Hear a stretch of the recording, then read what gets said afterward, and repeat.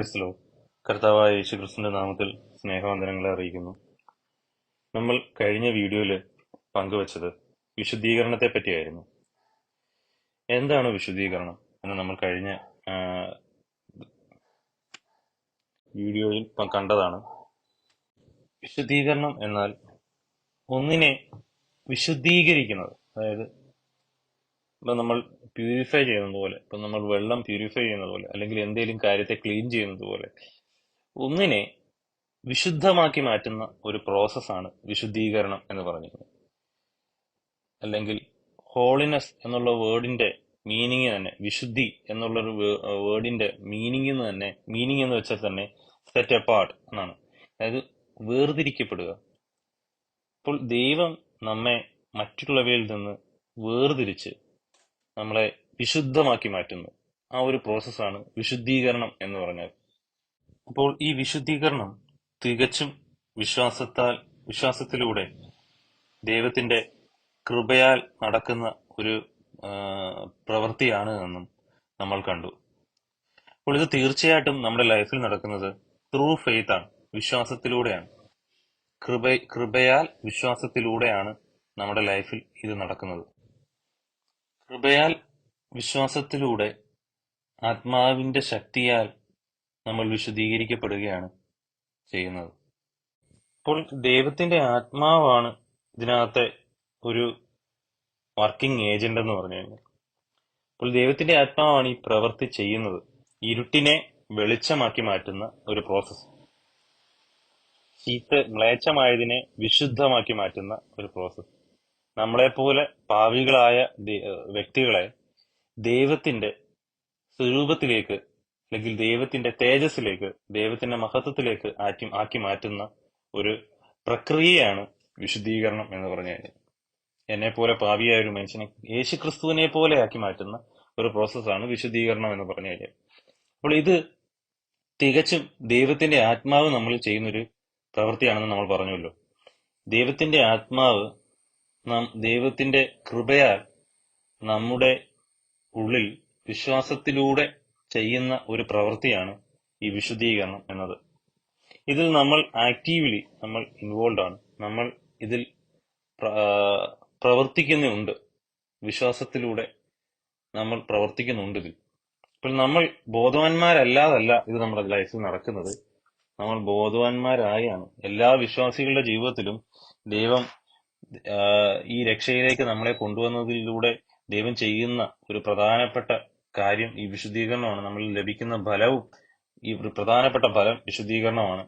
ലോകത്തിൽ മറ്റു ഫലങ്ങളൊക്കെ പല ആൾക്കാർക്ക് ലഭിക്കാതിരിക്കാം. ഒരു വിശ്വാസി ലോകത്തിൽ ജീവിക്കുമ്പോൾ അവന് സമ്പത്ത് ഉണ്ടാകാതിരിക്കാം, വീടുണ്ടാകാം, ഉണ്ടാവാതിരിക്കാം, ജോലി ഉണ്ടാവാതിരിക്കാം. ഇതൊക്കെ ദൈവം അവന് ചെയ്യുന്നത് പോലെ ഇരിക്കും.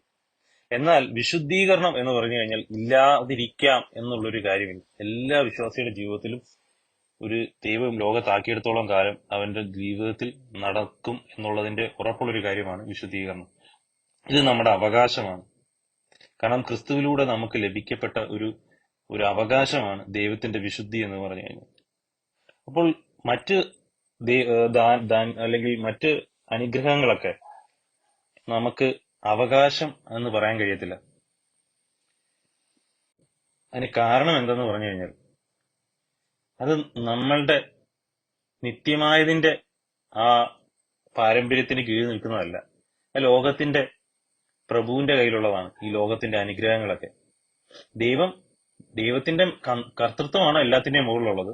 ദൈവം നമുക്ക് തരാതിരിക്കും. പക്ഷെ അതൊന്നും വളരെ പ്രഷ്യസ് ആയതോ മേശമേൽ സൂക്ഷിക്കുന്നതോ അല്ല. അതെല്ലാം അപ്പനുറുക്കുകളാണ്. നായക്കുട്ടികളും കഴിക്കുന്ന അപ്പനുറുക്കുകളാണ് ഈ ലോകത്തിന്റെ അനുഗ്രഹങ്ങളെല്ലാം. പക്ഷെ മേശമേൽ ശുശ്രൂഷിക്കുന്ന പുത്രന്മാർക്ക് മാത്രം ലഭിക്കുന്ന, ദൈവത്തിന്റെ മക്കൾക്ക് മാത്രം ലഭിക്കുന്ന, അവകാശികൾക്ക് മാത്രം ലഭിക്കുന്നതാണ് ആത്മീയ അനുഗ്രഹം. അതിന്റെ ഭാഗമാണ് ദൈവം നമ്മൾ ചെയ്യുന്ന ഏറ്റവും വലിയൊരു പാർട്ടാണ് വിശുദ്ധീകരണം എന്ന് പറയുന്നത്. നമ്മളെ വിശുദ്ധി ഉള്ളവരാക്കി ദൈവത്തിന്റെ വിശുദ്ധിയിലേക്ക് മാറ്റുന്ന ഒരു പ്രക്രിയയാണ് വിശുദ്ധീകരണം എന്നത്. ഇതിനെപ്പറ്റിയാണ് കഴിഞ്ഞ വീഡിയോയിൽ നമ്മൾ കൂടുതലും പങ്കുവച്ചത്. ഇന്നും നമ്മൾ അതിനെപ്പറ്റി കുറച്ച് സംസാരിക്കാനാണ് ആഗ്രഹിക്കുന്നത്. അപ്പോൾ എബ്രായ ലേഖനം അതിന്റെ 4-ാം അധ്യായം 1 മുതലുള്ള വാക്യം ഒന്ന് നോക്കാം. അവന്റെ സ്വസ്ഥതയിൽ പ്രവേശിപ്പാനുള്ള വാഗ്ദത്തം ശേഷിച്ചിരിക്കയാൽ നിങ്ങളിൽ ആർക്കെങ്കിലും അത് ലഭിക്കാതെ പോയി എന്ന് വരാതിരിപ്പാൻ നാം ഭയപ്പെടുക. അവരെ പോലെ നാമും ഒരു സദ്വർത്തമാനം കേട്ടവർ ആകുന്നു. എങ്കിലും കേട്ടവരിൽ വിശ്വാസമായി പരിണമിക്കായക കൊണ്ട് കേട്ട വചനം അവർക്ക് ഉപകാരമായി വന്നില്ല. വിശ്വസിച്ചവരായ നാമല്ലോ സ്വസ്ഥതയിൽ പ്രവേശിച്ചിരിക്കുന്നു. ലോകസ്ഥാപനത്തെങ്കിൽ പ്രവൃത്തികൾ തീർന്നു പോയ ശേഷവും അവർ എന്റെ സ്വസ്ഥതയിൽ പ്രവേശിക്കുകയില്ല എന്ന് ഞാൻ എന്റെ കോപത്തിൽ സത്യം ചെയ്തു എന്ന് അരുൾ ചെയ്തിരിക്കുന്നുവല്ലോ. ഏഴാം നാളിൽ ദൈവം തന്റെ സകല പ്രവൃത്തികളിൽ നിന്നും നിവൃത്തനായി എന്ന് ഏഴാം നാളിനെ കുറിച്ച് ഒരിടത്ത് പറഞ്ഞിരിക്കുന്നു. എന്റെ സ്വസ്ഥതയിൽ അവർ പ്രവേശിക്കുകയില്ല എന്ന് ഇവിടെ പിന്നെയും അരുൾ ചെയ്യുന്നു. ഇവിടെ എബ്രായ ലേഖനം 4:1 മുതൽ 5 വരെയുള്ള വാക്യങ്ങളിൽ നമുക്ക് ദൈവത്തിന്റെ സ്വസ്ഥതയിൽ പ്രവേശിപ്പാനുള്ളൊരു വാഗ്ദത്തം ശേഷിച്ചിരിക്കുന്നു എന്ന് എബ്രായ ലേഖനക്കാരൻ പറയുന്നുണ്ട്. അപ്പോൾ എന്താണ് ഈ ദൈവത്തിന്റെ സ്വസ്ഥത? നമ്മൾ സംസാരിക്കുന്ന ഈ വിശുദ്ധീകരണവും ദൈവത്തിന്റെ സ്വസ്ഥതയും തമ്മിൽ എങ്ങനെ ബന്ധപ്പെട്ടിരിക്കുന്നു എന്നുള്ളതും സംസാരിക്കാനാണ് ഇന്ന് ആഗ്രഹിക്കുന്നത്. അതിന് ഇവിടെ പറയുന്ന ഒരു കാര്യം എന്താണെന്ന് നമുക്ക് നോക്കാം. ഒന്നുമല്ല വാക്യത്തിൽ പറഞ്ഞു, അവന്റെ സ്വസ്ഥതയിൽ പ്രവേശിപ്പാനുള്ള വാഗ്ദത്തം ശേഷിച്ചിരിക്കയാൽ നിങ്ങളിൽ ആർക്കെങ്കിലും അത് ലഭിക്കാതെ പോയി എന്ന് വരാതിരിപ്പാൻ നാം ഭയപ്പെടുക. അപ്പോൾ ഒരു വാണിംഗ് ആയിട്ടാണ് ഇവിടെ പറഞ്ഞു തുടങ്ങുന്നത്. ഭയപ്പെടുക. സ്വസ്ഥതയിൽ പ്രവേശിപ്പാനുള്ള വാഗ്ദത്തം ശേഷിച്ചിരിക്കയാൽ അത് ആർക്കെങ്കിലും അത് ലഭിക്കാതെ പോയി എന്ന് വരാതിരിപ്പാൻ ഭയപ്പെടുക. ബൈബിളിൽ നമ്മൾ ഭയപ്പെടുക എന്ന് പറയുന്നത് വളരെ ചുരുക്കമാണ്. ഭയപ്പെടരുത് എന്നാണ് കൂടുതലും പറയുന്നത്. എന്തുകൊണ്ടാണ് ഇത്രയും ഒരു വലിയ വാണിംഗ് ഇവിടെ പറയാൻ കാരണം? അവരെ പോലെ നാമും ഒരു സദ്വർത്തമാനം കേട്ടവർ ആകുന്നു. എങ്കിലും കേട്ടവരിൽ ആരാണ് അവർ? ആദ്യം മുതലുള്ളവർ, പഴയ നിയമത്തിൽ നമ്മൾ കാണുന്ന ആൾക്കാർ, ദൈവം വിളിച്ചവർ. അവരെ പോലെ നാമും സദ്വർത്തമാനം കേട്ടവർ ആകുന്നു. എങ്കിലും കേട്ടവരിൽ വിശ്വാസം പരിണമിക്കായക കൊണ്ട് കേട്ട വചനം അവർക്ക് ഉപകാരമായി വന്നില്ല. വിശ്വസിച്ചവരായ നാമല്ലോ സ്വസ്ഥതയിൽ പ്രവേശിക്കുന്നു. ലോകസ്ഥാപനത്തിൽ പ്രവൃത്തികൾ തീർന്ന ശേഷം അവർ എന്റെ സ്വസ്ഥതയിൽ പ്രവേശിക്കുകയില്ല എന്ന് ഞാൻ എന്റെ കോപത്തിൽ സത്യം ചെയ്തു എന്ന് അരുൾ ചെയ്തിരിക്കുന്നവരോ. ഏഴാം നാളിൽ ദൈവം തന്റെ സകല പ്രവൃത്തികളിൽ നിന്ന് നിവൃത്തനായി എന്ന് ഏഴാം നാളിനെ കുറിച്ച് ഒരിടത്ത് പറഞ്ഞിരിക്കുന്നു. എന്റെ സ്വസ്ഥതയിൽ അവർ പ്രവേശിക്കുകയില്ല. അപ്പൊ ഏഴാം നാൾ എന്ന് പറഞ്ഞിരിക്കുന്നത് എവിടെയാണ്? ഏഴാം നാൾ എന്ന് പറഞ്ഞിരിക്കുന്ന ഉൽപ്പത്തി പുസ്തകത്തിലാണ് നമുക്ക് കാണാൻ കഴിയുന്നത്, പഴയ നിയമത്തിൽ. അവിടെ ദൈവം സ്വസ്ഥതയെ പറ്റി പറയുന്നതായിട്ട് നമുക്ക് കാണാൻ കഴിയുന്നുണ്ട്. ഈ സ്വസ്ഥതയും ഇതും തമ്മിൽ എന്താണ് ബന്ധം? ഇതും വിശദീകരണം തമ്മിൽ എന്താണ് ബന്ധം എന്നാണ് നമ്മൾ നോക്കുന്നത്. നമുക്ക് ഈ ഉൽപ്പത്തി പുസ്തകത്തിലേക്ക് പോകാം. ഉൽപ്പത്തി പുസ്തകം അതിന്റെ 2-ാം അധ്യായം 1 മുതലുള്ള വാക്യം. ഇങ്ങനെ ആകാശവും ഭൂമിയും അവയിലുള്ള ചരാചരങ്ങളൊക്കെയും തികഞ്ഞു താൻ ചെയ്ത പ്രവൃത്തികളൊക്കെയും ദൈവം തീർത്ത ശേഷം താൻ ചെയ്ത സകല പ്രവൃത്തിയിൽ നിന്നും ഏഴാം ദിവസം നിവൃത്തനായി. താൻ സൃഷ്ടിച്ചുണ്ടാക്കിയ സകല പ്രവൃത്തിയിൽ നിന്നും അന്ന് നിവൃത്തനായതുകൊണ്ട് ദൈവം ഏഴാം ദിവസത്തെ അനുഗ്രഹിച്ച് ശുദ്ധീകരിച്ചു. നമ്മൾ ഈ 2-ന് മുമ്പ് വരെയുള്ള വാക്യങ്ങളിൽ ഓരോ ദിവസം ദൈവം ഓരോ സൃഷ്ടിയിലൂടെ കടന്നു പോകുന്നു. നമുക്ക് ദൈവം സൃഷ്ടിക്കുന്നു. അന്നത്തെ ദിവസത്തെ സന്ധ്യാ വിശ്വസുമായി 1-ാം ദിവസം, ആ ദിവസം അവസാനിക്കുന്നു. 2-ാം ദിവസം ദൈവം സൃഷ്ടിക്കുന്നു, ആ ദിവസം അവസാനിക്കുന്നു. സന്ധ്യ വിശ്വസുമായി 2-ാം ദിവസം, 3-ാം ദിവസം സന്ധ്യ വിശ്വസുമായി 3-ാം ദിവസം. അങ്ങനെ 6 ദിവസങ്ങൾ. ഒന്നിന്റെ അവസാനം 31-ൽ പറയുന്നു, താൻ ഉണ്ടാക്കിയതിനൊക്കെയും ദൈവം നോക്കി അത് എത്രയും നല്ലത് എന്ന് കണ്ടു. സന്ധ്യയായ ഉഷസ്സുമായി 6-ാം ദിവസം. അങ്ങനെ ഓരോ ദിവസങ്ങൾ അവസാനിക്കുന്നത് ഈ സന്ധ്യയായ ഉഷസ്സുമായി 6-ാം ദിവസം എന്ന് പറയുന്ന പോലെയാണ് ഓരോ ദിവസവും അവസാനിക്കുന്നത്. പക്ഷെ ഈ 2-ാം അധ്യായത്തിലേക്ക് വരുമ്പോൾ അതിന്റെ ഭാഗങ്ങൾ ആദ്യത്തെ, അല്ലെങ്കിൽ ആ ദിവസം ദൈവം പ്രവൃത്തിയിൽ നിന്നൊക്കെ നിവൃത്തിയായി എന്ന് പറയുന്നിട്ടുള്ളൂ. ഈ ദിവസം സന്ധ്യയായ ഉഷസ്സുമായി 7-ാം ദിവസം അവസാനിച്ചിരിക്കുന്നു, അല്ലെങ്കിൽ 7-ാം ദിവസം സന്ധ്യയായ ഉഷസ്സുമായി എന്ന് പറയുന്നില്ല. അപ്പോൾ 7-ാം ദിവസം അവസാനിക്കുന്നതായി നമുക്ക് ഉൽപ്പത്തി പുസ്തകത്തിൽ കാണാൻ കഴിയുന്നില്ല. അപ്പോൾ 7-ാം ദിവസത്തെ എങ്ങനെയാണ് ദൈവം പറയുന്നത്? 2 അതിന്റെ 1 വാക്യത്തിൽ, ഇങ്ങനെ ആകാശവും ഭൂമിയും അവയിലുള്ള ചരാചരങ്ങളൊക്കെയും തികഞ്ഞു താൻ ചെയ്ത പ്രവൃത്തിയൊക്കെയും ദൈവം തീർത്ത ശേഷം താൻ ചെയ്ത സകല പ്രവൃത്തിയിൽ നിന്നും 7-ാം ദിവസം നിവൃത്തനായി. താൻ സൃഷ്ടിച്ചുണ്ടാക്കിയ സകല പ്രവൃത്തിയിൽ നിന്നും അന്ന് നിവൃത്തനായതുകൊണ്ട് ദൈവം 7-ാം ദിവസത്തെ അനുഗ്രഹിച്ച് ശുദ്ധീകരിച്ചിരിക്കുന്നു എന്നാണ് പറയുന്നത്. ഇംഗ്ലീഷിൽ പറഞ്ഞിരിക്കുന്നത്, so God blessed the 7th day and made it holy. അപ്പോൾ ദൈവം അതിനെ ഹോളിയാക്കി, വിശുദ്ധീകരിച്ചു. KGV ട്രാൻസ്ലേഷനിൽ പറഞ്ഞിരിക്കുന്നത്, KGV വെർഷനിൽ പറഞ്ഞിരിക്കുന്നത് സാങ്ക്ടിഫൈഡ് എന്ന് പറഞ്ഞാൽ പറഞ്ഞിരിക്കുന്നത്. ദൈവം 7-ാം ദിവസത്തെ സാങ്ക്ടിഫൈ ചെയ്തു എന്നാണ് പറഞ്ഞിരിക്കുന്നത്. അതായത് വിശുദ്ധീകരിച്ചു എന്നാണ് പറഞ്ഞിരിക്കുന്നത്. ദൈവം 7-ാം ദിവസത്തെ വിശുദ്ധീകരിച്ചു. അത് അവസാനിക്കുന്നതായിട്ട് നമുക്ക് കാണാൻ കഴിയുന്നില്ല. എന്നിട്ട് ഈ വിശുദ്ധിയിലേക്ക് ദൈവം മനുഷ്യനെ ആക്കി, ഈ സ്വസ്ഥതയിലേക്ക് മനുഷ്യനെ ആക്കി വെക്കുന്നതാണ് നമുക്ക് പിന്നെ കാണാൻ കഴിയുന്നത്. അപ്പോൾ ദൈവം ഓരോ ദിവസവും ആക്കിയിട്ട് സൃഷ്ടിച്ചിട്ട് അത് അവസാനിക്കുകയും 7-ാം ദിവസത്തിലേക്ക് വരുമ്പോൾ അത് അവസാനിക്കാതിരിക്കുകയും ചെയ്യുന്നതാണ് നമുക്ക് കാണാൻ കഴിയുന്നത്. എബ്രായ ലേഖനത്തിലേക്ക് നമുക്ക് തിരിച്ചു വരുമ്പോൾ 4-ാമത്തെ വാക്യം, 7-ാം നാളിൽ, എബ്രായ ലേഖനം 4:4, 7-ാം നാളിൽ ദൈവം തന്റെ സകല പ്രവൃത്തികളിൽ നിന്ന് നിവൃത്തനായി എന്ന് 7-ാം നാളിനെ കുറിച്ച് ഒരിടത്ത് പറഞ്ഞിരിക്കുന്നു. എന്റെ സ്വസ്ഥതയിൽ അവർ പ്രവേശിക്കുകയില്ല എന്ന് ഇവിടെ പിന്നെയും അരുൾ ചെയ്യുന്നു. അതുകൊണ്ട് ചിലർ അതിൽ പ്രവേശിപ്പാൻ ഇടശേഷിച്ചിരിക്കയാലും മുമ്പേ സദ്വർത്തമാനം കേട്ടവർ അനുസരണക്കേട് നിമിത്തം പ്രവേശിക്കാതെ പോകയാലും ഇത്ര കാലത്തിന്റെ ശേഷം ദാവീദ് മുഖാന്തരം ഇന്ന് അവന്റെ ശബ്ദം കേൾക്കുന്നുവെങ്കിൽ നിങ്ങളുടെ ഹൃദയം കഠിനമാക്കരുത് എന്ന് മുമ്പേ പറഞ്ഞതുപോലെ ഇന്ന് എന്നൊരു ദിവസം പിന്നെയും നിശ്ചയിച്ചിരിക്കുന്നു. അപ്പോൾ ഇന്ന് എന്നൊരു ദിവസം, അതായത് ഒരു വിശ്വാസിയുടെ ജീവിതത്തിൽ എബ്രായ ലേഖനം എഴുതുമ്പോഴും ഇപ്പോൾ നമ്മളിത് കേൾക്കുമ്പോഴും ഇന്ന് എന്നുള്ളൊരു ദിവസം ഈ 7-ാം ദിവസമായി, ദൈവത്തിന്റെ സ്വസ്ഥതയിലുള്ള ദിവസമായി, ദൈവം വിശുദ്ധീകരിച്ചൊരു ദിവസമായി ആണ് ഇരിക്കുന്നത്. അപ്പോൾ ഇന്ന് എന്നുള്ളൊരു ദിവസം പിന്നെയും ശേഷിച്ചിരിക്കുന്നു എന്നാണ് ഇവിടെ എബ്രായ ലേഖനക്കാരൻ പറയുന്നത് 7-ാം ദിവസത്തെ പറ്റി. എന്നാൽ നമുക്ക് കാണാൻ കഴിയും പഴയ നിയമത്തിൽ ശബത്ത് നാള്, 7-ാം ദിവസത്തെ പറ്റി ശബത്ത് നാള് ആചരിക്കുന്നതായിട്ട് നമുക്ക് കാണാൻ കഴിയും. പക്ഷെ യഥാർത്ഥ ശബത്ത് എന്ന് പറഞ്ഞാൽ ആത്മീകമായി അത് നിഴലായിരുന്നു. ഇത് ആത്മീയമായി ഇന്ന് പുതിയ നിയമത്തിൽ അത് വെളിപ്പെട്ടു വരുന്നു. ഇന്നെന്നുള്ള ദിവസമാണ് ശബത്ത്. അതായത് ഈ കാലഘട്ടമാണ്, ഈ 7-ാം നാൾ തുടങ്ങിയ ദിവസം, 6 അവസാനിച്ച് 7-ാം നാൾ ഉൽപ്പത്തിയിൽ തുടങ്ങിയ നിമിഷം മുതൽ ഇപ്പോഴും ഈ 7-ാം നാൾ കണ്ടിന്യൂ ചെയ്യുന്നതാണ് നമുക്ക് മനസ്സിലാക്കാൻ കഴിയുന്നത്. അപ്പോൾ നമ്മൾ ചിന്തിക്കും, ഈ ഒരു ദിവസം എന്ന് ദൈവം ആദ്യത്തെ ദിവസം ഓരോന്നിനെ സൃഷ്ടിച്ചു, 2-ാം ദിവസം മറ്റു പല കാര്യങ്ങൾ സൃഷ്ടിച്ചു. അപ്പോൾ നമ്മൾ പെട്ടെന്ന് മാനുഷിക രീതിയിൽ ചിന്തിക്കുന്നത് ഈ ഒരു ദിവസം എന്ന് പറഞ്ഞാൽ നമ്മളുടെ ഈ 24 മണിക്കൂർ ആകണമെന്നില്ല. ദൈവത്തിന്റെ ഒരു ദിവസം എന്ന് പറഞ്ഞു കഴിഞ്ഞാൽ 2 പത്രോസിന്റെ ലേഖനം അതിന്റെ 3:8 നമുക്ക് കാണാൻ കഴിയും.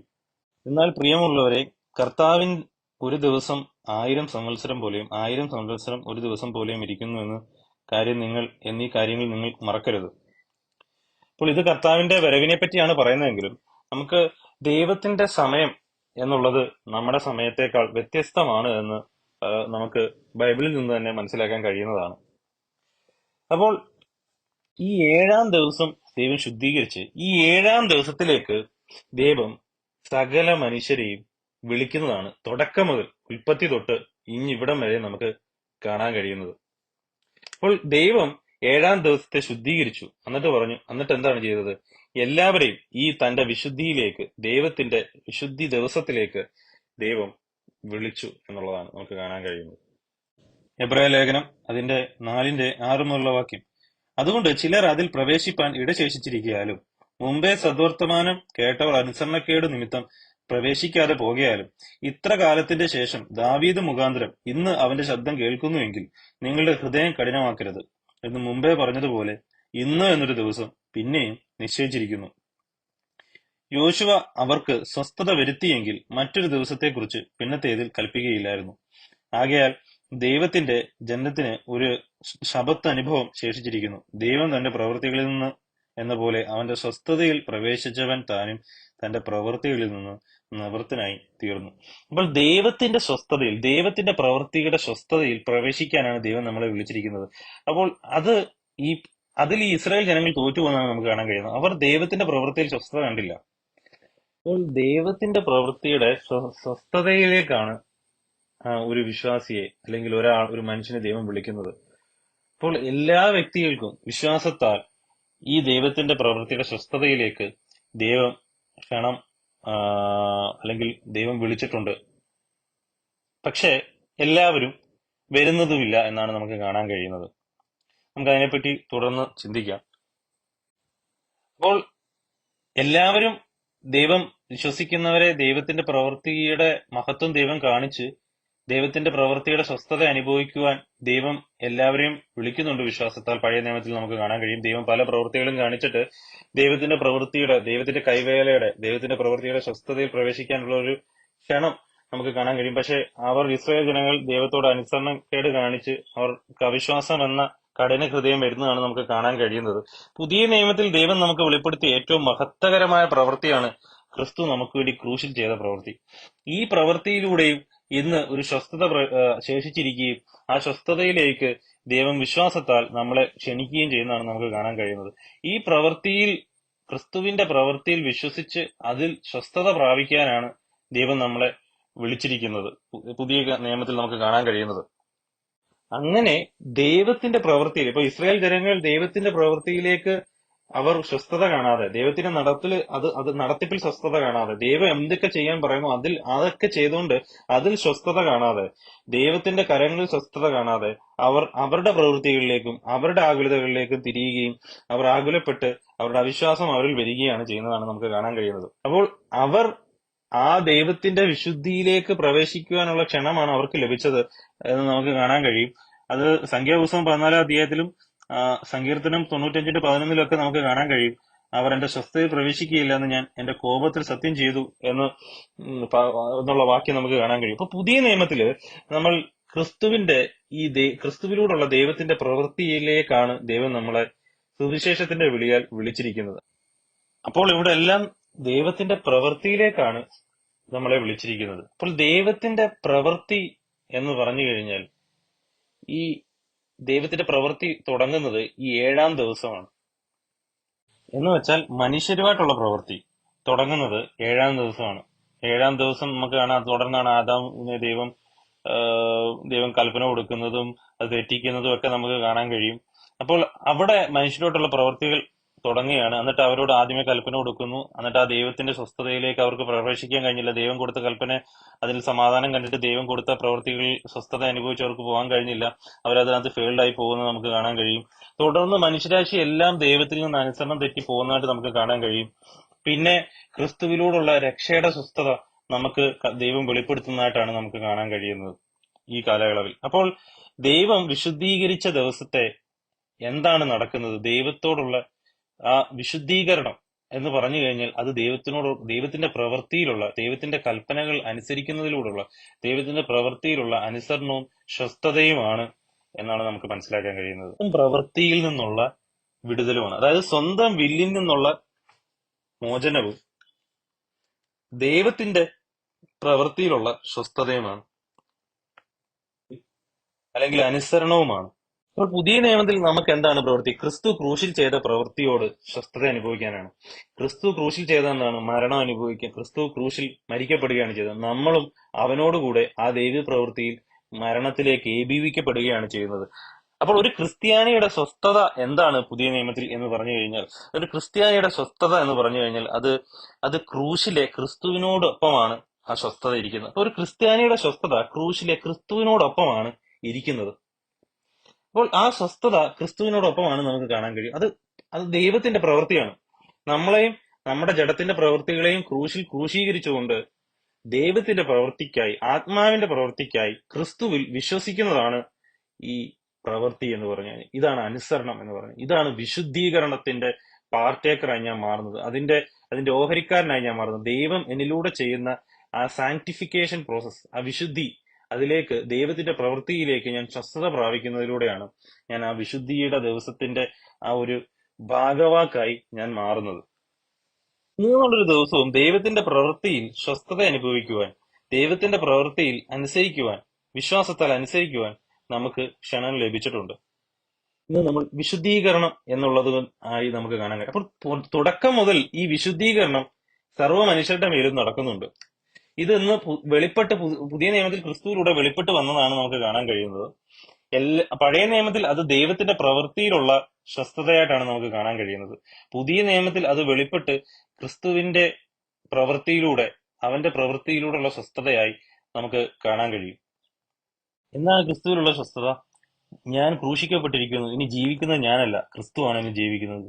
അപ്പോൾ ഇതാണ് ഇന്നെന്നുള്ളൊരു ദിവസം നമ്മൾ അന്വേഷിക്കുന്ന, അല്ലെങ്കിൽ നമ്മൾ സ്വസ്ഥത കണ്ടെത്തേണ്ട ദൈവത്തിന്റെ പ്രവൃത്തി എന്ന് പറഞ്ഞു കഴിഞ്ഞാൽ.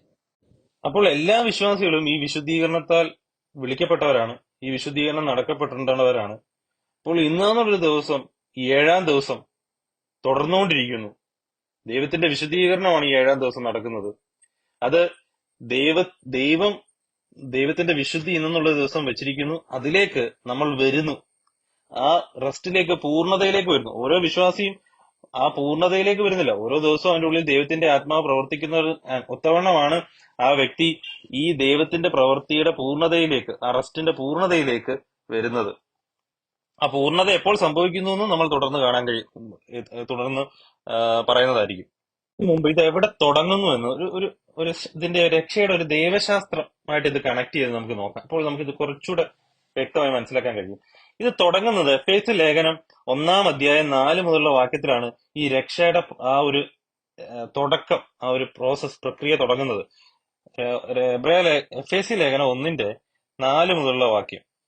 അവൻ തന്റെ സന്നിധിയിൽ വിശുദ്ധരും നിഷ്കളങ്കരും ആകേണ്ടതിന് അവൻ ലോകസ്ഥാപനത്തിന് മുമ്പേ നമ്മെ അവനിൽ തിരഞ്ഞെടുക്കുകയും തിരുഹിതത്തിന് പ്രസാദപ്രകാരം യേശുക്രിസ്തു മുഖാന്തരം നമ്മെ ദത്തെടുക്കേണ്ടതിന് അവനിൽ നമുക്ക് സൗജന്യമായി നൽകിയ തന്റെ കൃപാമഹത്വത്തിന്റെ പുകഴ്ചയ്ക്കായി സ്നേഹത്തിൽ നമ്മെ മുൻനിയമിക്കുകയും ചെയ്തുവല്ലോ. അപ്പൊ 4-ാമത്തെ വാക്യം, നാം തന്റെ സന്നിധിയിൽ വിശുദ്ധരും നിഷ്കളങ്കരും ആകേണ്ടതിന് അവൻ ലോകസ്ഥാപനത്തിന് മുമ്പേ നമ്മെ ക്രിസ്തുയേശുവിൽ തെരഞ്ഞെടുത്തു എന്നാണ് പറയുന്നത്. അപ്പോൾ അവിടെ തെരഞ്ഞെടുപ്പ് അവിടെ സ്റ്റാർട്ട് ചെയ്യുന്നു. അപ്പോൾ ദൈവം നമ്മളെ നിത്യതയിൽ ക്രിസ്തുവിൽ നമ്മളെ തെരഞ്ഞെടുത്തു എന്നുള്ളതാണ് നമ്മുടെ രക്ഷയുടെ ആദ്യത്തെ പടി എന്ന് നമ്മൾ കണ്ടുവല്ലോ. തെരഞ്ഞെടുപ്പ് എന്തിന്റെ അടിസ്ഥാനത്തിലാണ്? ദൈവം മുന്നറിവിന്റെ അടിസ്ഥാനത്തിലാണ് ദൈവം നമ്മളെ തെരഞ്ഞെടുക്കുന്നത്.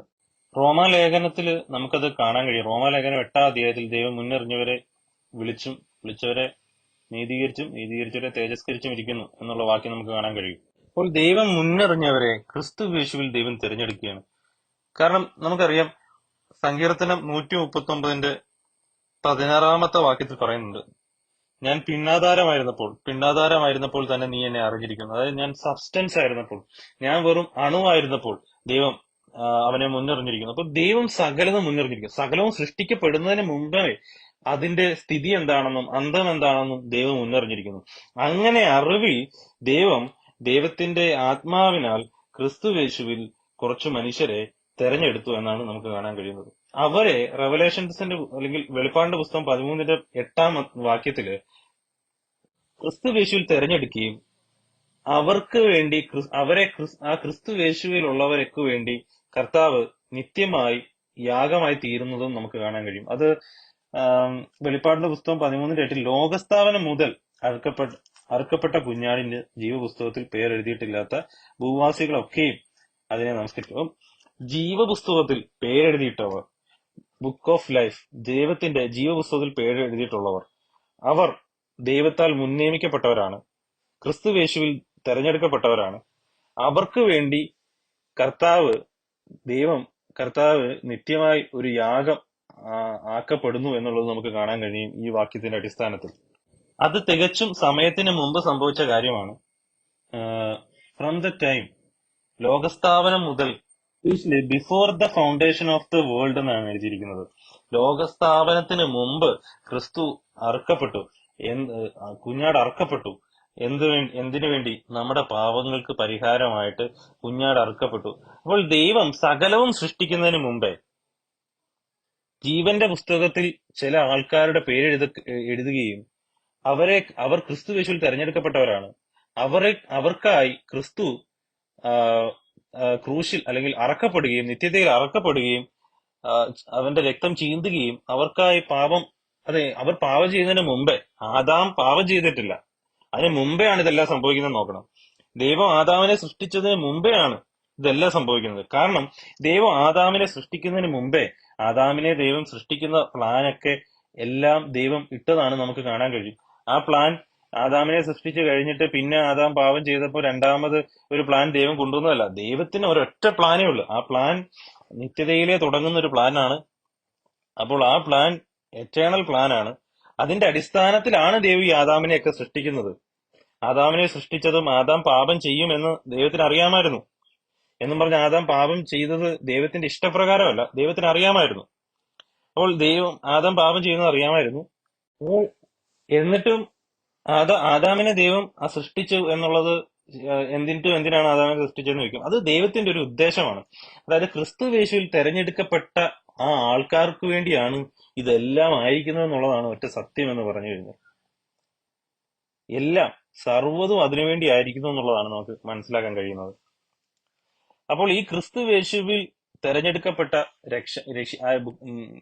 ബുക്ക് ഓഫ് ലൈഫിൽ, ജീവന്റെ പുസ്തകത്തിൽ എഴുതപ്പെട്ടവർ, അവർ നിത്യമായി അവർക്ക് വേണ്ടി ഒരു യാഗം ദൈവം ക്രിസ്തുവിൽ നടത്തുകയും, പിന്നെ ആദാമിനെ സൃഷ്ടിക്കുന്നതൊക്കെ നമുക്ക് ഭൂമിയും അടിസ്ഥാനം പിടിക്കുകയും ഭൂമി ഉണ്ടാകുകയും മറ്റു എല്ലാ ജീവജന്തു എല്ലാം ഉണ്ടാകുകയും, അത് കഴിഞ്ഞ് ദൈവം ഏഴാമത്തെ ദിവസം സ്റ്റാർട്ട് ചെയ്യുന്നതാണ് നമുക്ക് കാണാൻ കഴിയുന്നത്. ഏഴാമത്തെ ദിവസത്തിൽ ദൈവം ഈ രക്ഷാകരമായ നിത്യതയിൽ നടന്ന പ്രവൃത്തി അതിന്റെ ഭൗതികമായ വശത്തിലൂടെ, അതായത് സമയത്തിനകത്തൂടെ ഈ ഏഴാമത്തെ ദിവസം അത് മനുഷ്യരുമായിട്ടുള്ള ബന്ധത്തിൽ തുടങ്ങുന്നതാണ് നമുക്ക് കാണാൻ കഴിയുന്നത്.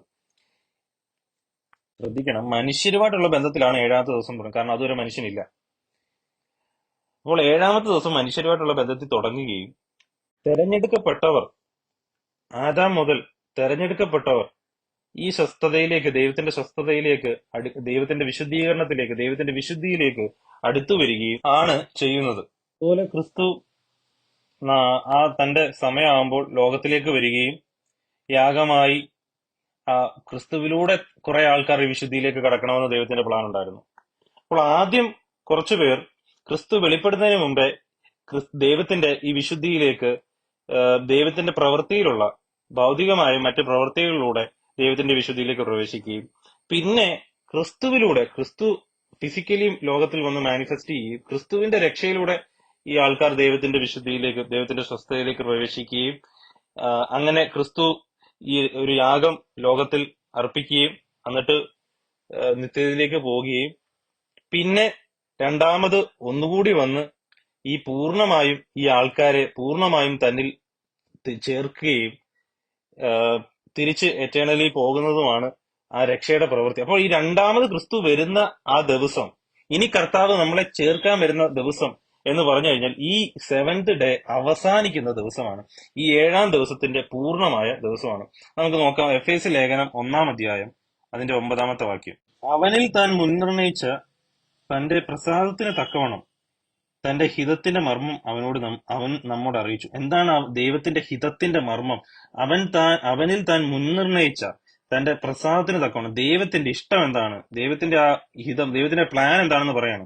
അത് സ്വർഗത്തിലും ഭൂമിയിലുള്ളത് എല്ലാം പിന്നെയും ക്രിസ്തുവിൽ ഒന്നായി ചേർക്കുക എന്നിങ്ങനെ കാലസമ്പൂർണതയിലെ വ്യവസ്ഥയ്ക്കായി കൊണ്ടുതന്നെ.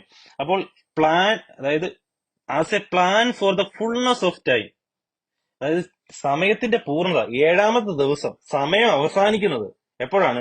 ക്രിസ്തു രണ്ടാമത് വന്ന് ഈ ഭൂമിയിലുള്ള അവസാനത്തെ ആൾക്കാർ, രക്ഷയുടെ അവസാനത്തെ പ്രോസസ്, ഈ വിശുദ്ധിയിലേക്ക് ചേർക്കപ്പെടുന്നതിന്റെ അവസാനത്തെ ഭാഗം ഈ ക്രിസ്തുവിലൂടെയാണ്. കുറെ ആൾക്കാരെ തെരഞ്ഞെടുക്കുന്നതിലൂടെ, ക്രിസ്തുവിലൂടെ വന്ന് ചേർക്കുന്നതിലൂടെയാണ്. അത് അവസാനത്തെ ഭാഗമാണെന്ന് എബ്രായ ലേഖനം 12-ാം അധ്യായത്തിലും 11-ാം അധ്യായത്തിലും അവസാനം നമുക്ക് കാണാൻ കഴിയും. 11-ാം അധ്യായത്തിൽ അവസാനം നമുക്ക് കാണാൻ കഴിയും രക്ഷയുടെ അവസാന ഭാഗം നമുക്ക് വേണ്ടി ദൈവം വെച്ചിരിക്കുന്നു. അത് രക്ഷയുടെ പാർട്ട്. അപ്പോൾ ഇത് ക്രിസ്തുവിന്റെ രണ്ടാം വരവിൽ നമ്മൾ ക്രിസ്തുവിൽ ചേർക്കപ്പെടുകയും അങ്ങനെ ഈ പൂർണ്ണമായ ഹോളിനെസ്സിലേക്ക്, ക്രിസ്തുവിലൂടെ പൂർണ്ണമായ പിതാവിന്റെ സ്വസ്ഥതയിലേക്ക് നമ്മൾ പ്രവേശിക്കുകയാണ് ചെയ്യുന്നത്. അപ്പോഴാണ് പൂർണ്ണമായും പിതാവിന്റെ സ്വസ്ഥതയിൽ, വിശുദ്ധീകരണത്തിന്റെ തികവിലേക്ക് നമ്മൾ എത്തുന്നത്. ഇങ്ങനെയാണ് ഈ ദൈവത്തിന്റെ രക്ഷയുടെ ഒരു പ്ലാൻ എന്ന് നമുക്ക് കാണാൻ കഴിയുന്നത്. നമ്മളെ കൊണ്ടുപോയിട്ട് എന്താണ് ഉദ്ദേശം എന്ന് പറഞ്ഞു കഴിഞ്ഞാൽ, 1 യോഹന്നാന്റെ ലേഖനം അതിന്റെ 3-2 ഇങ്ങനെ പറയുന്നു: പ്രിയമുള്ളവരെ, നാം ഇപ്പോൾ ദൈവമക്കളാകുന്നു, നാം ഇന്നതാകുമെന്ന് ഇതുവരെ പ്രത്യക്ഷമായില്ല. അതായത് ഇന്നതായി തീരുമെന്ന് ഇതുവരെ പ്രത്യക്ഷമായില്ല. അവൻ പ്രത്യക്ഷനാകുമ്പോൾ നാം അവനെ താൻ ഇരിക്കും പോലെ തന്നെ കാണുന്നത് കൊണ്ട് അവനോട് സദൃശ്യന്മാരാകും എന്ന് നാം അറിയുന്നു. അപ്പോൾ ക്രിസ്തുവിൻ പ്രത്യക്ഷപ്പെടുമ്പോൾ നമ്മൾ അവനോട് സദൃശ്യന്മാരാകും. പക്ഷെ ഇതെന്താണ് ദൈവത്തിന്റെ ഉദ്ദേശം? ഇങ്ങനെ കുറച്ചു പേരെ കൊണ്ടുപോയിട്ട് എന്താണ് ദൈവത്തിന്റെ ഉദ്ദേശം എന്ന് ഇതുവരെ വ്യക്തമായിട്ടില്ല എന്നാണ് യോഹന്നാൻ പറയുന്നത്. അപ്പോൾ ആ ഒരു എറ്റേണൽ പ്ലാൻ എന്താണെന്ന് നമുക്കറിയത്തില്ല. പക്ഷെ അതിലേക്ക് നമ്മളെ കൊണ്ടുപോകുന്ന ദൈവിക പദ്ധതി, അതിന്റെ ഒരു ലൈനാണ് നമ്മൾ ഇപ്പോൾ കണ്ടത്. അതായത് ഒറ്റ ഇതിൽ പറഞ്ഞു കഴിഞ്ഞാൽ ക്രിസ്തുവിൽ കുറച്ചുപേരെ ദൈവം തെരഞ്ഞെടുത്തതായിട്ട് നമുക്ക് കാണാൻ കഴിയും. ഇവരെ നമുക്ക് വേണമെങ്കിൽ ഞാനൊരു ഒരു ഒരു ഒരു ഉപമ പറയുകയാണെങ്കിൽ, ഇതിന്റെ മാനുഷികമായ ഉപമയാണ്. ഇത് ശരിയായിരിക്കണമെന്നില്ല എന്ന് ഞാൻ വളരെ വ്യക്തമായി പറയുന്നു. അതായത് ക്രിസ്തുവിൽ കുറച്ചുപേരെ തെരഞ്ഞെടുത്തു. അവർ ഒരു ഇരുമ്പ് പൊടിയാണെന്ന് വെച്ചു. ഇരുമ്പ് പൊടി നമ്മളും ക്രിസ്തു മാഗ്നറ്റും ആണെന്ന് വെച്ചു. ഈ ക്രിസ്തുവിൽ തെരഞ്ഞെടുത്ത ആൾക്കാർ ഇരുമ്പ് പൊടിയോട് ഈ മാഗ്നറ്റിനോട്, അതായത് കാന്തത്തോട് ഈ ഇരുമ്പ് പൊടി പറ്റിപ്പിടിച്ചിരിക്കുന്ന പോലെ എറ്റേണലി ഇരിക്കുകയാണ്. ഈ ഇരുമ്പ് പൊടിയെ ദൈവം ഈ ഭൂമിയിലേക്ക് ഇടുകയാണ്. എന്നിട്ട് ഇരുമ്പ് പൊടി ഇടുമ്പോൾ അതിനോടൊപ്പം സാധാ മണ്ണ് ഇടുന്നുണ്ട്. എന്നിട്ട് ഈ കാന്തത്തെ കൊണ്ടുവന്ന് ഈ മണ്ണിനോട് ചേർത്ത് ഇങ്ങനെ വെക്കുമ്പോൾ ഈ ഇരുമ്പ് പൊടിയെല്ലാം കാന്തത്തിൽ ആകർഷിക്കപ്പെടുകയും ബാക്കി മണ്ണെല്ലാം താഴെ കിടക്കുകയാണ് ചെയ്യുന്നത്. ഇതൊരു ദൈവം ക്രിസ്തുവിലൂടെ ദൈവം എല്ലാവരെയും ഒന്നിച്ചാക്കി ക്രിസ്തുവിലൂടെ തെരഞ്ഞെടുക്കപ്പെട്ടവരെ ഈ ഭൂമിയിലൂടെ കടത്തിവിട്ട് വിശുദ്ധീകരണത്തിലൂടെ കടത്തിവിട്ട് ദൈവം വീണ്ടും ക്രിസ്തുവിൽ ഒന്നായി ചേർക്കുന്ന ഒരു പ്രോസസ്സാണ് നമുക്ക് കാണാൻ കഴിയുന്നത്. തികച്ചും ഞാൻ മാനുഷികമായ ഒരു എക്സാമ്പിൾ പറഞ്ഞു എന്നേ ഉള്ളൂ മനസ്സിലാക്കേണ്ടത്. ഇങ്ങനെ ദൈവം നമ്മളെ ആക്കി വെച്ചിരിക്കുന്നു.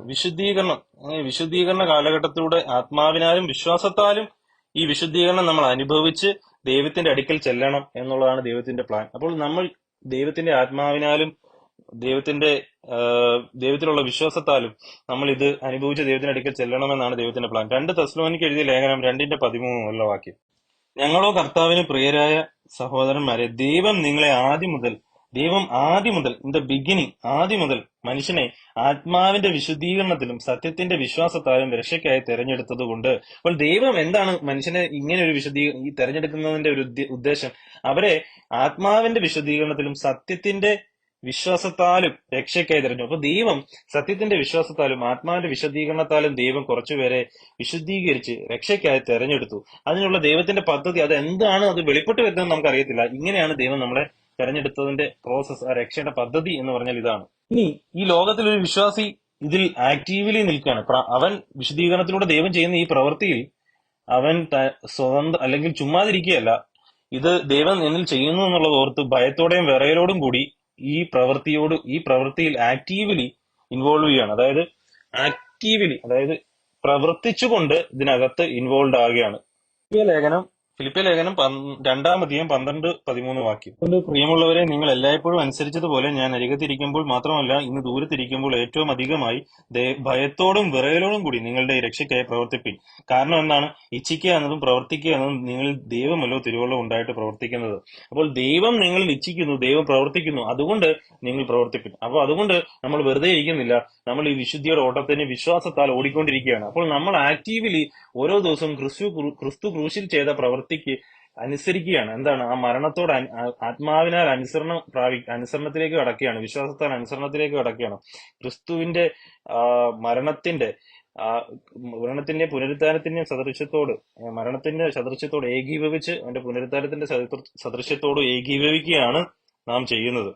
ആ ദൈവത്തിന്റെ പ്രവൃത്തിയിലേക്ക് വിശ്വാസത്താൽ നമ്മൾ ഓരോ ദിവസവും പ്രവേശിക്കുകയാണ് ചെയ്യുന്ന ഓരോ വിശ്വാസിയും.